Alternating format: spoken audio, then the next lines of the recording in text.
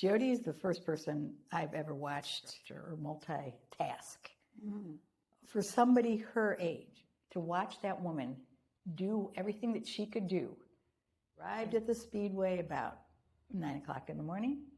She didn't leave until often midnight. That was a woman she was a consummate worker. And she was just part of this town. Early in life, she was widowed, with her 5 kids. And I mean, the decision she had to make. And that was not when women were involved in working or running businesses. Parent of 7 boys and 1 girl. Yes, Susie was the lone daughter. And everybody was involved in the Speedway, and nobody was ever given a free ride. Everybody had to work. So she's managing this family at the same time that she's managing the Speedway, at the same time that she's involved in all of these organizations. It's safe to say there wouldn't have been a Catholic Women's League that lasted that long without her. Absolutely. She was the driving force. She was always at the meetings. And I was going to say sucked us in, but that's not appropriate. She got us involved and excited about it all. She wanted to make sure that people in the community felt loved and respected, and it went, all ways.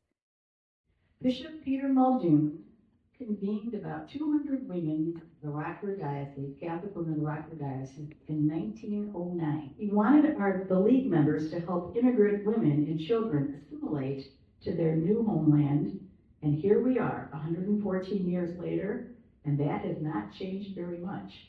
We are still focusing on women and children, and we even have a branch of the Rockford Refugee Resettlement that we help. Whenever I think of Jody, 3 words pop to my mind: faith, family, friendship.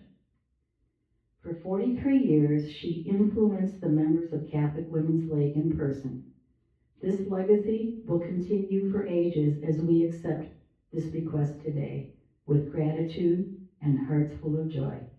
Thank you all so much.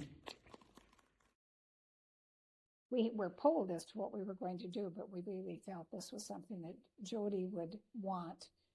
And we particularly liked the idea that her name was connected to the scholarships.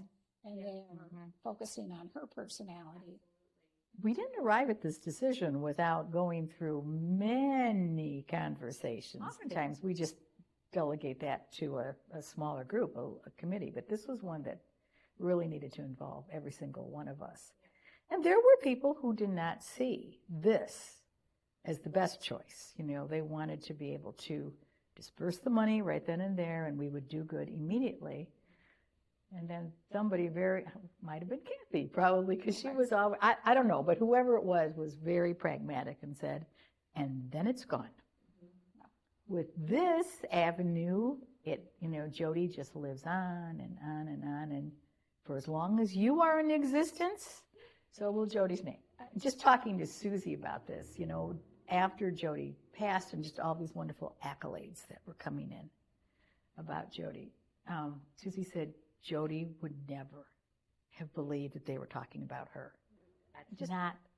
And that's not why she did what she did.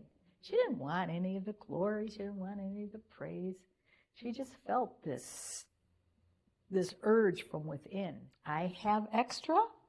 What am I going to do with this? I am going to give this to people who need this. I like to think that she's up there and that she's pleased that what she left will go on forever, as opposed to having been very generous gifts, but they wouldn't have lasted. Correct. Correct.